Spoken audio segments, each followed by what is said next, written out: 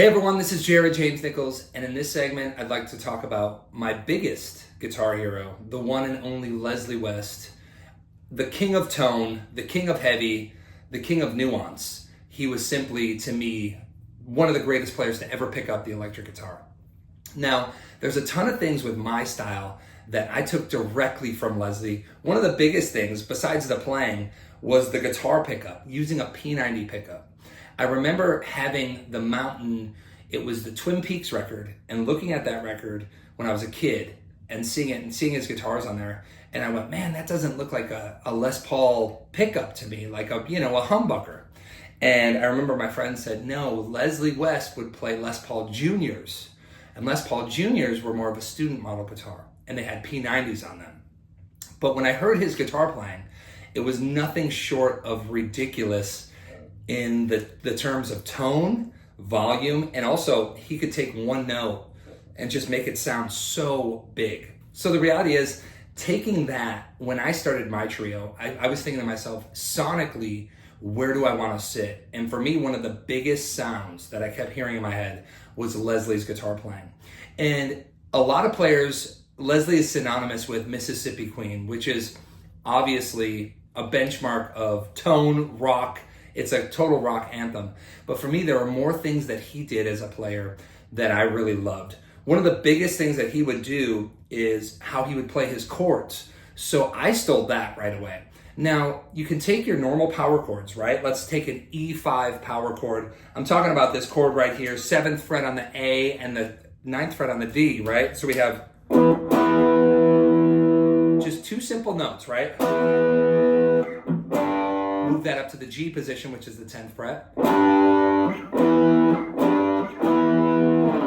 Well, Leslie, in order to get more out of that, one of the things I would hear him do is he would stack that chord, right? So instead of just playing those two notes, he would take his index finger, bar it across that 7th fret, and then he would take his pinky or his ring finger, usually the ring, and he would bar it across the 9th fret on the D and the G string. And it would make this sound.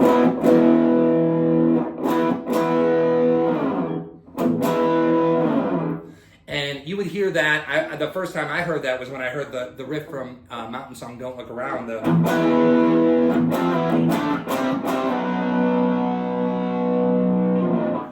Essentially, taking a chord so simple and using that as a stack, it becomes so musical and so thick and it covers so much ground. And I love that. So a lot of times in my own writing, I'll use those kind of chords. Another thing I stole off Leslie that was really cool was his use of swells on the guitar. He would always do these unaccompanied solos before in a live setting before usually the song Dreams of Milk and Honey. And he would be able to use this thing where he would take his volume knob, he'd strike a note simply by using his fretting hand, right? Let's say 7th fret on the A string, and he would do a swell. I always called him like a whale call, right? So he'd hit the note, and he'd take his volume knob, and he'd swell up, adding vibrato. The one cool thing Leslie would do is he would hit that note, and then it would bend it up as he swelled his volume knob.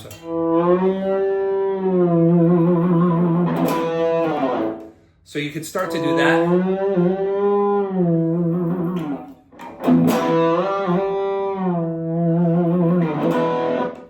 And then he would always do an answer back. So he would go from that low octave to the top octave. Now in this case, I'm going to have the high E string, the B string, the high E string. I'll start on the 12th fret.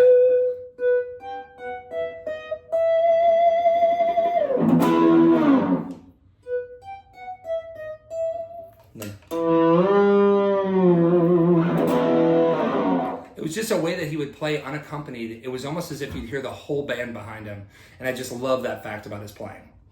Another fact that Leslie would do so well was the fact that where most players would be playing in this minor pentatonic, he would somehow be able to come up with this really melodic playing and melodic motifs in major. So where most players would hit, in the key of E minor, Leslie could come and go.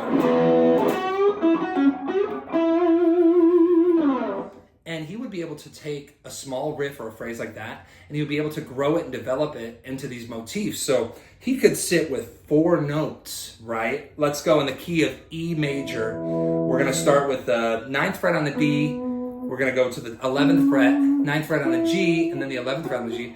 And you can hit a...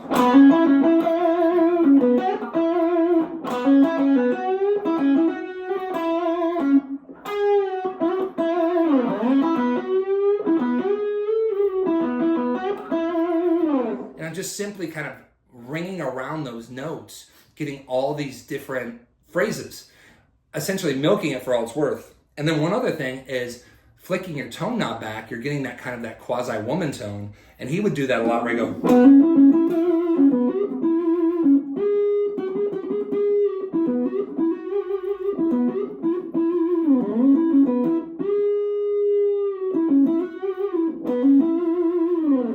He just had such a lyrical way and a fun way with playing lead guitar that it took you out of the simple boxes and it really put you somewhere else.